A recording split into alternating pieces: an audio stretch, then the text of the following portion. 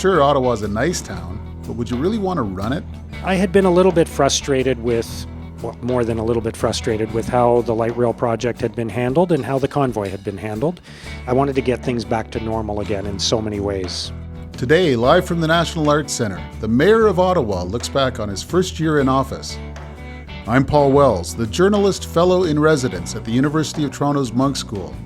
Welcome to the Paul Wells Show.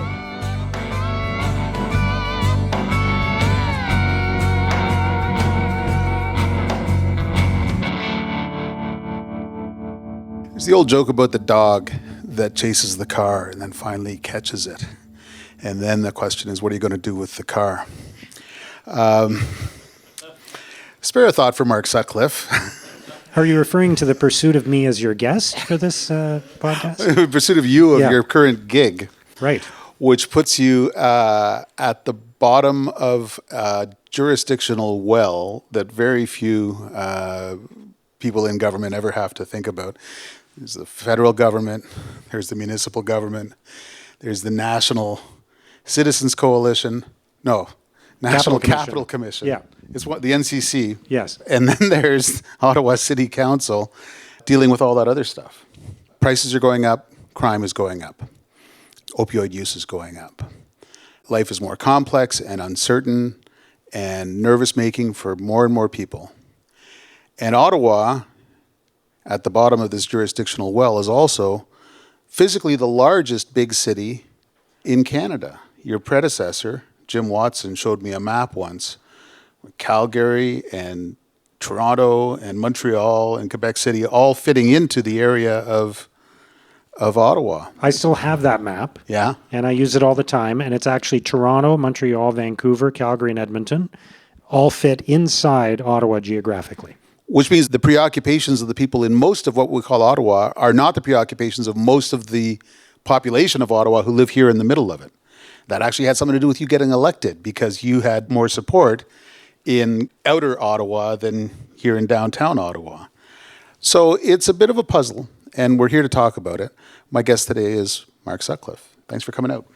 It's my pleasure, Paul. Thank you for inviting me. And I was thinking as we walked out here that I have interviewed you many times. Yes. But I don't think you've ever interviewed me, so this will be fun. Yes, we have traded significant glances off camera during that call-in show on CPAC. How much preparation is a CPAC call-in show for the job of being mayor? Not that much. I mean, certainly having had a career in the media and having had a career where I was interacting with the public a lot and interacting with political leaders and listening to people's concerns. And to be honest, the great thing about that show on CPAC that I used to do is that we were trying to hear what was going on across the country and people's views on Canadian politics. And it was my job to understand them, not to argue with those people, but to really understand what people were thinking. So I guess on some level it was a form of preparation, but I think my journalism career helped me a lot because I think journalism is about trying to understand complex issues and boil them down into their essential components and communicate what the real issue is. And I think a large part of politics today is that as well. So I'm sure it helped. Now, a lot of people are listening to this podcast who don't live in Ottawa. So we should point out that you're a first-term mayor. You've been mayor for about a year. Coming up on sort of the anniversary of your election. That's right. It was October 24th of last year that I got elected, and then I was sworn in on November 15th. Why did you run for mayor? I've been asking myself that same question recently. No, I wasn't planning to run for mayor. 2 years ago, even 18 months ago, I had a great life and I was still doing a few things in journalism, but part-time, doing a podcast, in fact, and still doing some things with CPAC and writing some columns and that sort of thing. But most of my work was coaching and mentoring entrepreneurs and CEOs. And I was really enjoying that. And then, a lot of things happened in Ottawa over the last few years, and I think even people outside Ottawa know about the big ones. I think Ottawa in the last 3 years has really been known for two things. the convoy, and our light rail system. And I watched all of that going on over the course of a few months, and the previous mayor, Jim Watson, announced in December of 2021 that he was not going to run again. He'd been mayor for 11 years at that point, and a few people said they were going to run, and I was watching this and had no interest in running myself, and presumed that there would be several significant candidates from the community, from the current council at the time. And a few people approached me and said, you should think about this. You should think about running. And I said, no, I love what I'm doing. I have no interest. It'll all be fine. And I kept going in the other direction. I started getting more clients. I was planning to a life not including being mayor of Ottawa. And then gradually, many of the people who said they were going to run didn't. And I had been a little bit frustrated with, well, more than a little bit frustrated with how the light rail project had been handled and how the convoy had been handled. So I was probably more engaged in municipal politics and had stronger opinions about it than before, when things were quieter. And as other people chose not to run and people came back to me and said, you really should think about this, my wife and I had a couple of conversations, more than a couple of conversations. Ginny and I have 3 kids, and our son Jack was in competitive baseball, and we would have these long drives to tournaments and games in other cities, and the kids would be in the back seat on their devices, and we'd have 4 hours to talk. And what we talked about was how we've always, we consider ourselves incredibly fortunate. We've been really lucky in our lives, and we've been blessed in so many ways. And we had been talking about how can we give back to our community? Should we get involved in a big way with a charity? Should we do something else? Should we volunteer somewhere? And Ginny said at one point, well, we keep looking for a way to give back to the community and do something significant. Maybe this is it. And so we considered it and talked to a few people, and I decided to jump in. And I think the main thing that I wanted to accomplish was to bring some calmness. It had been a very volatile time in municipal politics in Ottawa over the course of a couple of years. There was a lot of fighting and divisions. And, I think there were a lot of people who kind of resigned themselves to the idea that politics was going to be this way going forward, no matter what level. And I have always tried to be a consensus builder in my business career and when I've served on boards. And so I wanted to get things back to normal again in so many ways in our city, in terms of how we were running the city, how government functioned, how city council functioned, and then some of the big challenges we were facing. Let's take the 2 things that you described in order, the LRT and the convoy, but let's start with the convoy. I wrote a whole book on it, and I still can't decide for sure whether it's the sort of thing that we have to worry about again, or whether it was just a weird thing that happened once and everyone learned their lesson, and now it'll be quite easy to avoid that sort of thing happening again. What are your thoughts? I don't like to make predictions, so I'm not going to answer that question directly with a pronouncement. But I'll tell you, I was, for whatever reason, just my personality or my makeup in some way, I found in my journalism career, I was much less likely than other people to become attached to or invested in stories I was covering. I always just maintained a level of curiosity about them, and I would sometimes even wonder, why aren't you getting more emotional about this? It's a very moving story, but I was always fascinated with what was going on. I got emotionally invested in the convoy. Like many people in Ottawa, I was angry. When I would turn on the television and see what was going on, it really had an impact on me at a visceral level. I found it very unsettling and frustrating. And I would conclude, to the extent that we can conclude anything, it was, I think, a constellation of events all happening. There were a bunch of things going on, and they sort of became a perfect storm of sorts that led to that event taking place and it being very hard to stop it from taking place or address it afterwards.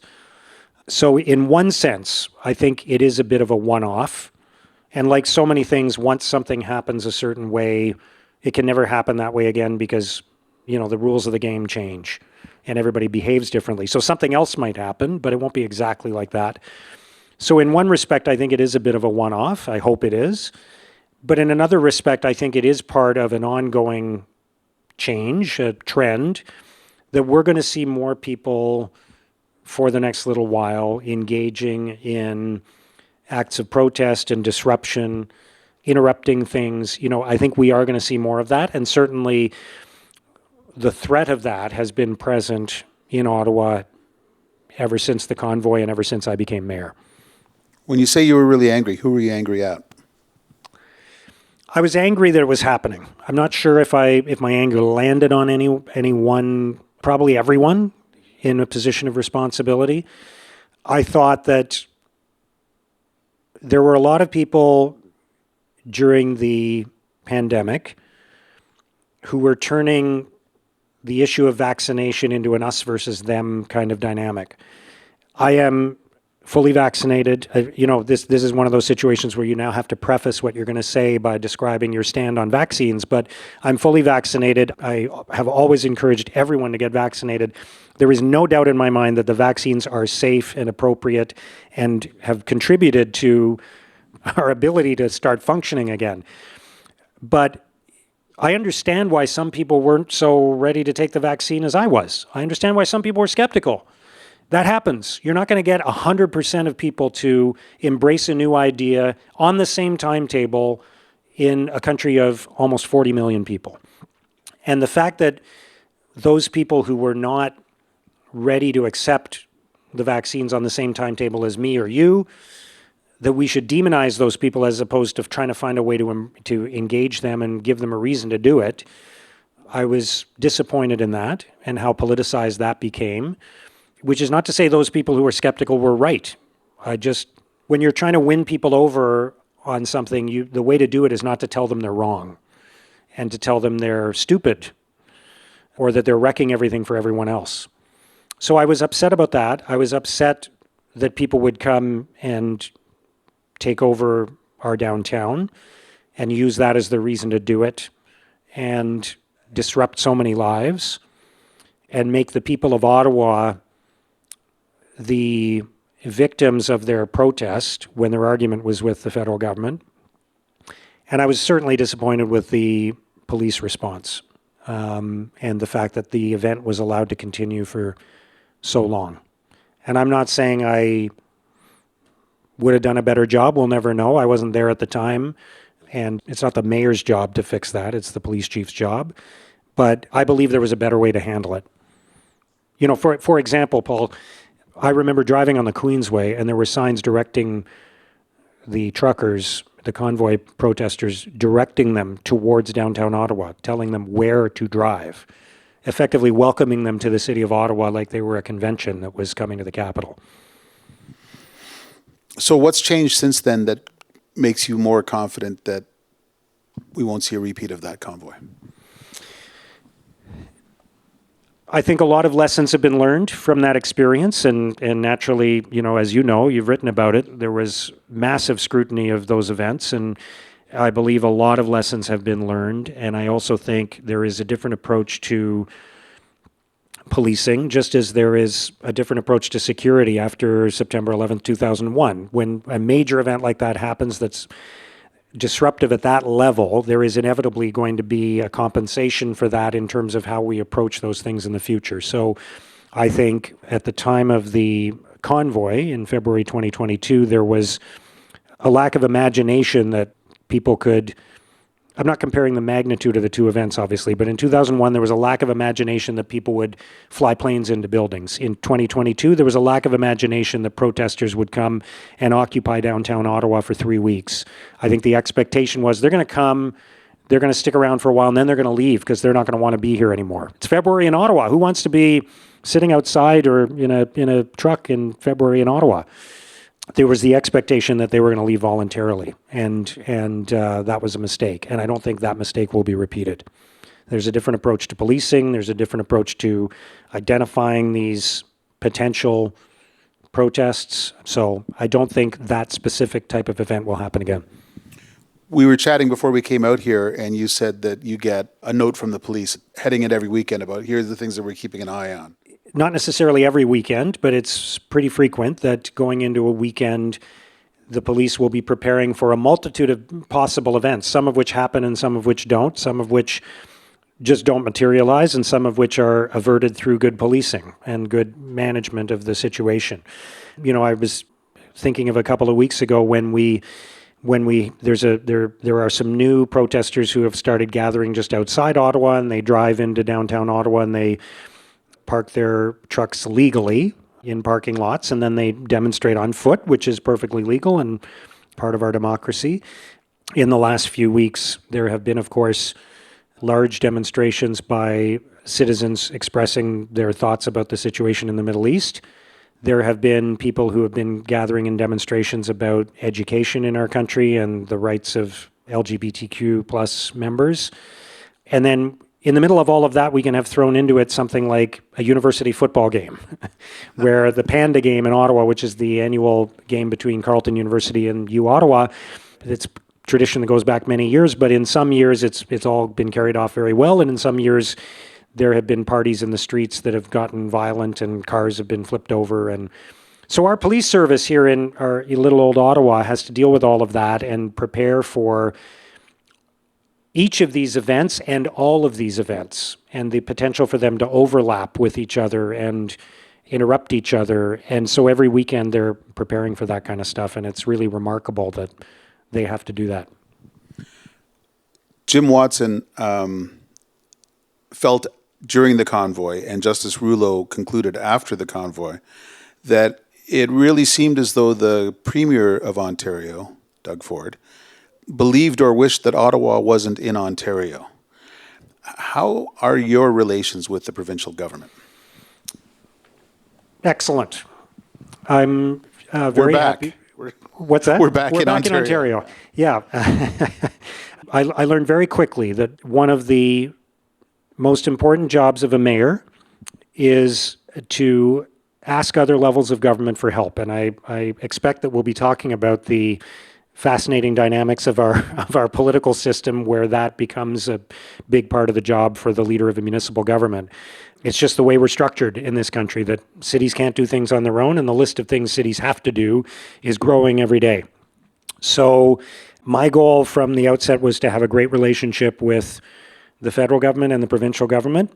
The election happened on October 24th, and at 11 o'clock that night, I got an email from the city clerk for the city of Ottawa, Rick O'Connor, who has since retired, and it said, "Will you please come into City Hall tomorrow morning at 9:30 to start to go over a few things?" So I came to City Hall at 9:30, and during that meeting, my phone rang, and I didn't answer it. It said unknown number. And I listened to the voicemail message afterwards, and it was a message from Doug Ford congratulating me and asking me to call him back, and he gave me his number. And I called him back, and he answered the phone. And ever since then, if I text Doug Ford, he will call me back usually within 15 or 20 minutes. If you ask me what one of my biggest surprises is, that would be one of them, the fact that the Premier of Ontario is so accessible. He prides himself on that, and I think he deserves a lot of credit for it, that if I have a question or a request, that he gets back to me right away. And so we've developed a good working relationship, and I've developed a good working relationship with members of his cabinet and with the local MPPs and with the federal government as well. But since your question was specifically about Doug Ford, we have a good relationship. And there was one issue where Ottawa felt like we were overlooked and shortchanged in the distribution of some money from a particular fund. And I called the Premier, and I went and met with him and a few of his cabinet ministers at Queen's Park. And within a few weeks, they fixed it. So I'm very happy with the relationship that we have. After the break, I'll talk to Mark Sutcliffe about Ottawa's cursed light rail train and how to save the city's downtown core. Part of the mission of the Paul Wells Show is helping listeners gain a deeper understanding of the world we live in. Colleges and universities have always played a big role in shaping public discourse as a training ground and platform for many of the country's thought leaders, trendsetters, and policymakers. That's why you should check out Higher Ed Spotlight, a podcast for students, faculty, administrators, and anyone who cares about the future of our colleges and universities. Hosted by Ben Wildavsky, one of the leading thinkers in higher education policy. This series is a valuable resource where you'll hear from leaders, academics, and innovators working to solve the most pressing issues affecting students today. from cost-effective and career-relevant education to how we can equip students for the future of work and everything in between. Check out Higher Ed Spotlight, brought to you by Chegg and produced by Antica Productions. Available now on Apple Podcasts, Spotify, and wherever you get your podcasts.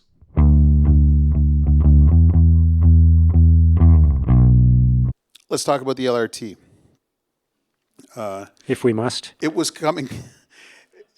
I've got friends who will not forgive me for being gentle to you until now, because they live out in the west end of town and they need the LRT to come to town. And sometimes the LRT is not running, or it's half as long as they expected it to be, and this is the result of a terribly mismanaged procurement process, which was the object of an absolutely damning Commission of Inquiry report, saying it calls into question the basic honesty of both the contractor and the municipal government of the time, and the municipal government's ability to manage a program of this scale in the future. Have you heard of any of this stuff? Is this all? Is this all new to you? There was an inquiry? I should read that. You should really get on that. What on earth are you going to do with the LRT now? You get teleported into this file 5 years into the mess. What options are available to you for handling that kind of challenge? It's a big challenge. There's no question. And there are so many things that went into creating this problem that it will not be easy to fix it. A mess that takes a decade to create can't be fixed in a couple of weeks or months or even a year or two. There's so many things about this, and I was writing columns about this, not obsessively or to any great extent, but from time to time I would write a column or two about the process of making decisions about LRT and why we chose to go in this direction, why we chose to have a tunnel, where we put the tunnel, a lot of the decisions that were made. And of course, with the benefit of hindsight, it is very, very easy to second guess all of those decisions. But I think there were a lot of things that contributed to this. And let's start with the fact that every major infrastructure project in the world arrives late and over budget. And every municipality that is involved in a major infrastructure project is inherently at a disadvantage in negotiating with multinational, multi-billion-dollar corporations that do this all the time. And you're doing it for the first time. So anytime a city decides, okay, we're going to go from being a bus city to being a train city, you're going to enter into a swamp and walk through quicksand and deal with all kinds of things you never expected. And the people on your team can't possibly be in a position to make perfect decisions every single time. I'm not defending any of this. I'm just saying that's just the reality of the situation. So looking forward, we have to fix light rail, and we think, based on the information that we've been given by our contractors, that we have isolated the most significant problem with light rail that has led to a couple of derailments and the shutdown of the system during this past summer, which is the axle bearing system. It's now being redesigned, and that will take time. And in the meantime, we've got to figure out all the other things that might go wrong with this train or have gone wrong in the past and what the solutions are, so that in a couple of years from now, when the new axles are put on the trains, we can have a properly functioning system. It's not going to work 100% of the time. No public transit system does. There are shutdowns for all kinds of reasons, but we want to have an ordinary number of shutdowns, not an extraordinary number of shutdowns. We want to have shutdowns that happen for an hour because something fell on the tracks, or there was a maintenance issue or a computer glitch, not the kinds of shutdowns that last for 6 weeks because the axles don't work. So we got to fix that, and then we got to open the next phase of light rail, which is under construction as we speak. Whose fault was the first endless screw up? Like so many things, I think it isn't the fault of one person or organization, but a combination of events that all fed on each other and contributed to this undesirable outcome. I was skeptical about a lot of things, and I'm not saying this now to say I told you so. I'm just reflecting on the process that led up to that point and what I observed at the time. Having trains that had never been used in, a brand new model of train, and we would be the first city to have it, raises some red flags for me. I'd rather have the train that's been used somewhere else and they've ironed out the bugs and now we get the version after that. That's not always as easy as it sounds because we're dealing with long timetables. You're making commitments several years into the future when you're buying trains for a light rail system that hasn't been built. I had concerns about the location of where we were putting the stops and the tunnel and things like that. I had concerns about the declaration of this is going to be on time and on budget, because it wasn't going to be on time and on budget, and it didn't end up being on time. And if it was on budget, it's only because other decisions were made to keep it on budget, and they're the kinds of decisions you don't want to make. And I think that's one of the greatest lessons coming out of this. I know that the public never likes it when something goes over budget, but if you're renovating your house and you have a choice between getting the outcome you want and paying a little bit more, and you can afford to pay a little bit more, or reverse engineering so that you stay on budget but you don't actually get the renovation to your house that you intended to get, most people are going to choose to go over budget, and that's not a bad thing to do.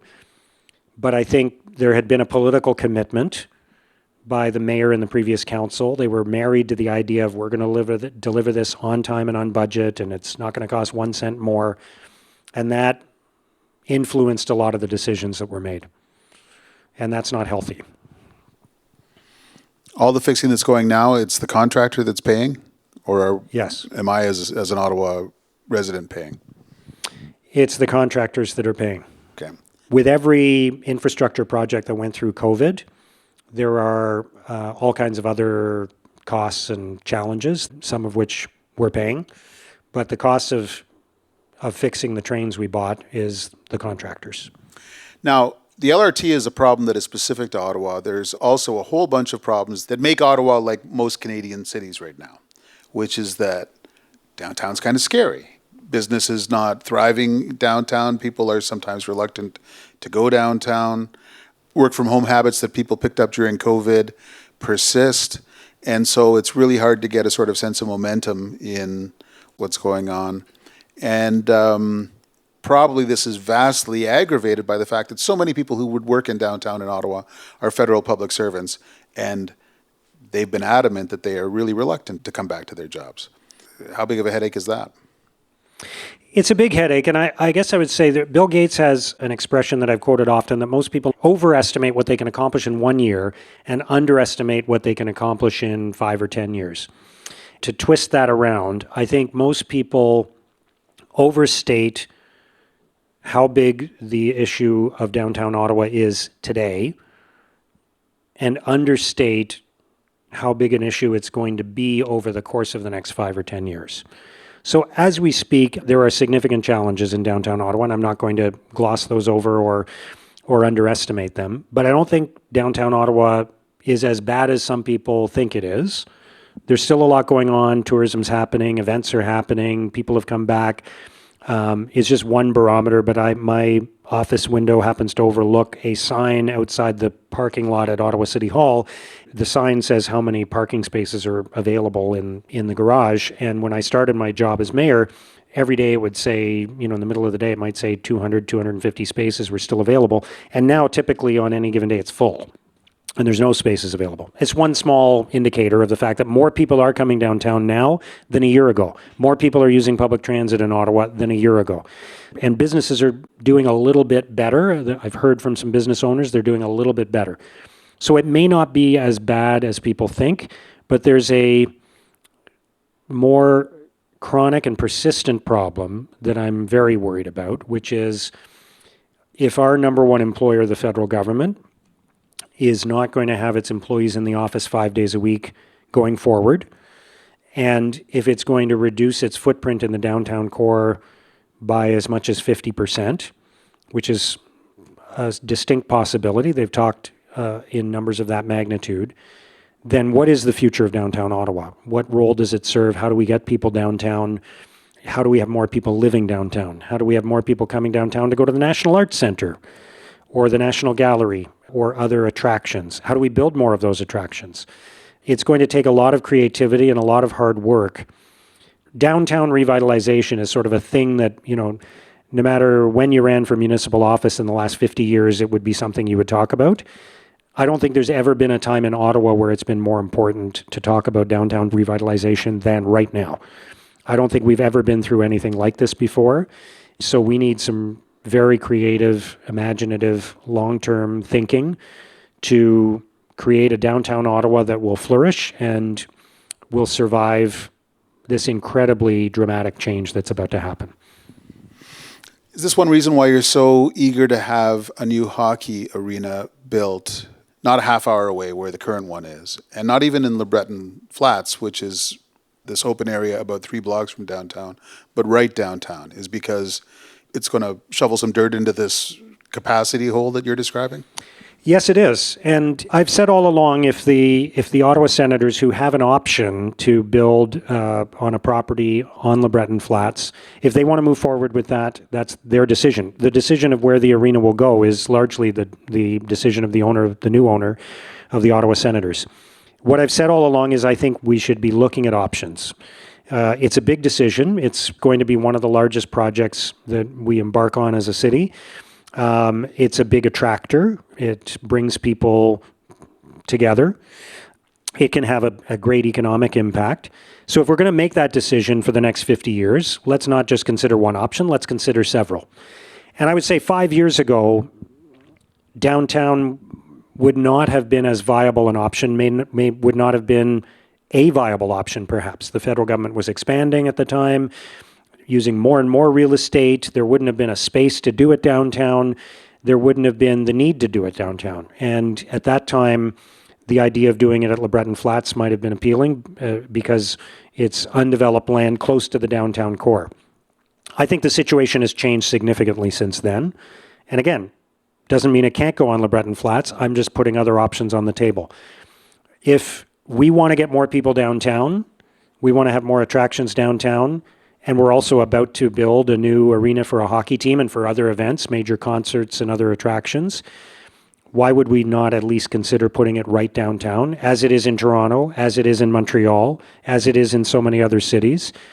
And if there's real estate available in downtown Ottawa for the first time in decades because of the federal government's change in plans, why wouldn't we look at some of that real estate? I think there's an opportunity there, and I think it can be part of a solution for downtown Ottawa. But I'm merely putting that out there as an option for the senators to consider. Do you spend much do you spend much of your time talking to other mayors about this work? Is it a sort of a trade craft that gets discussed among mayors? And then I remembered that, in fact, you went down to New York for some trade craft yourself under the aegis of Michael Bloomberg. What was that like? I mean, I'm fascinated by the idea that this is a portable set of challenges and skills and opportunities, mayoring. Yeah, like so many things, I always talk about how parenthood, that as you are going through the experience of bringing a baby into the world and raising a child, it feels every day like you're the only person experiencing it, and yet billions of people have been through it. And many jobs are like that. I'm the only person in the city of Ottawa who is the mayor right now. It is there's one person gets to hold the job at a time. So the fact that there are mayors in other cities who are going through that same experience, that same isolating experience, is very helpful and beneficial. And so I do try to talk to other mayors as often as I can. It is comforting, as well as obviously being informative and instructive, to understand what other cities are dealing with and how they're solving their challenges. It's also comforting to know that other people are going through the same challenges we are. So when you live in Ottawa and you spend most of your time in Ottawa, you might think that all of the things we're experiencing are unique to Ottawa, and some of them may be unusual in proportion, but largely they're not unique. There are other cities obviously dealing with homelessness, with housing issues, with struggling downtowns. And so talking to others is very comforting. So Michael Bloomberg, to his credit, having been the mayor of New York City, discovered and acted upon the notion that the world's greatest challenges right now are being experienced at a local level, largely. And yet municipal governments don't typically have the resources to solve them. And so he invested through Harvard a considerable amount of money, even for Michael Bloomberg, who's a very wealthy man. We were joking, some of the other mayors and I, about how much money it must have been, because the program is not called the Harvard Bloomberg City Leadership Initiative. It's called the Bloomberg Harvard City Leadership Initiative. So that tells you just how big the check must have been from Michael Bloomberg to get this thing off the ground. So the program, remarkably, is entirely paid for by Michael Bloomberg's foundation. So my travel costs, my accommodation, all of my meals, the entire experience was covered by his foundation. Every year they invite 40 mayors from around the world to New York City for a 3 or 4 day gathering, and they have professors from Harvard facilitate conversations about important topics that we're all facing. There's a social networking aspect to it, but there's some intense work that we do together, workshopping, and then we follow up in online courses and calls, and there's all these different tracks you can sign up for, and we engage with each other monthly virtually going forward. And I've now built relationships with a few of the other mayors, and it's really a fantastic program, and it's to Mike Bloomberg's credit that he saw the need for this and threw hundreds of millions of dollars behind it. Is there an observation or a tip or a piece of advice that you brought away from the Bloomberg mayoring camp? I have to assume the first piece of advice was start as a billionaire. Yeah. In terms of how to become a mayor, or yeah, because that helped in his case. It's probably just handy in any endeavor. But no, is there something that you came away from and thought, I mean, that wouldn't have occurred to me if I hadn't gone down to this program? I don't know if there's any sort of light bulb moment like that or counterintuitive thing. I think it confirmed a lot of things and reinforced a lot of things that I probably suspected or believed already. One of the things that they focused on the very first day, and by the way, I had this incredible odyssey just to get to New York City because my flight was canceled at the last minute. If you don't mind indulging a little story here, I was going to be on a direct flight from Ottawa to Newark, and they were going to have a car pick me up in Newark, which would have been a great experience, having, one of those guys with a sign with my name on it pick me up and drive me to my hotel. I've never been through that before. But my flight got canceled, so that I then had to fly Ottawa, Toronto, Toronto, Washington, Washington, New York. And I got to Washington, fine. And then the flight from Washington to LaGuardia got progressively delayed hour by hour in 30 to 45-minute increments until it was due to leave at 1:30 a.m. and arrive in New York City at 3 a.m. And then it just got canceled. And I was now in Washington in an airport at 1:30 in the morning, due at a conference starting at 8:30 that morning. So literally in a few hours. So I found 3 other people who were in a similar predicament, and we rented a car together and we drove to New York City. 3 total strangers, a student at West Point, the vice president of sales of a shipping company, and a television commercial director, who all had to be in New York City the next day. And we rented a car together, and they found out, about an hour into the drive that I was the mayor of the capital of Canada. And we drove to New York, and then I went to the conference. And this is certainly the setup for the new Aaron Sorkin TV show. Yeah, exactly. Yeah, that would be the first episode anyway. So the very first day of the conference was all about communication, which I was surprised by, because I thought we'd be talking about homelessness and housing and public transit and things like that. But the lesson of that is you're nowhere on any issue if you can't get people to buy in to why that issue is important and why you have the right solution. You're nowhere. And so much political communication is talking points and messaging and explaining and bureaucratic terminology and so on. But you got to talk to people about at the level that they're engaged with the discussion. And so the whole first day, which I managed to stay awake for after having been in a car all night, was all about communicating with the public and bringing them on board with what's going on. And it's so easy to slide out of that when you're working in a big bureaucratic apparatus. And so I have to keep reminding myself to get back into the mindset and the headspace of Ottawa residents rather than the mindset and headspace of the people who are working every day at City Hall. And it's a constant process of sliding into the bureaucratic world and trying to jar yourself back into the lives of residents of Ottawa. That's probably a good note to end on. Mark Sutcliffe, you've been generous with your time. You've given us insight into an extraordinarily complex and difficult job, and you've helped us all understand better the cities in which we live. Thanks so much for doing it. It's been an absolute pleasure, Paul. Thank you.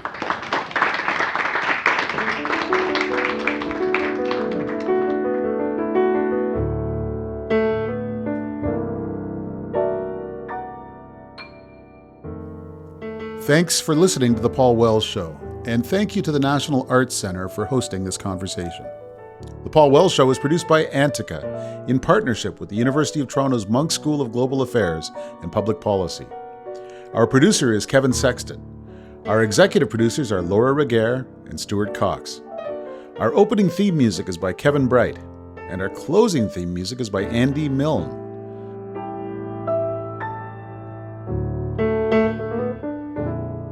Go to paulwells.substack.com to subscribe to my newsletter. You'll also get a premium version of this show with bonus content. We'll be back next Wednesday.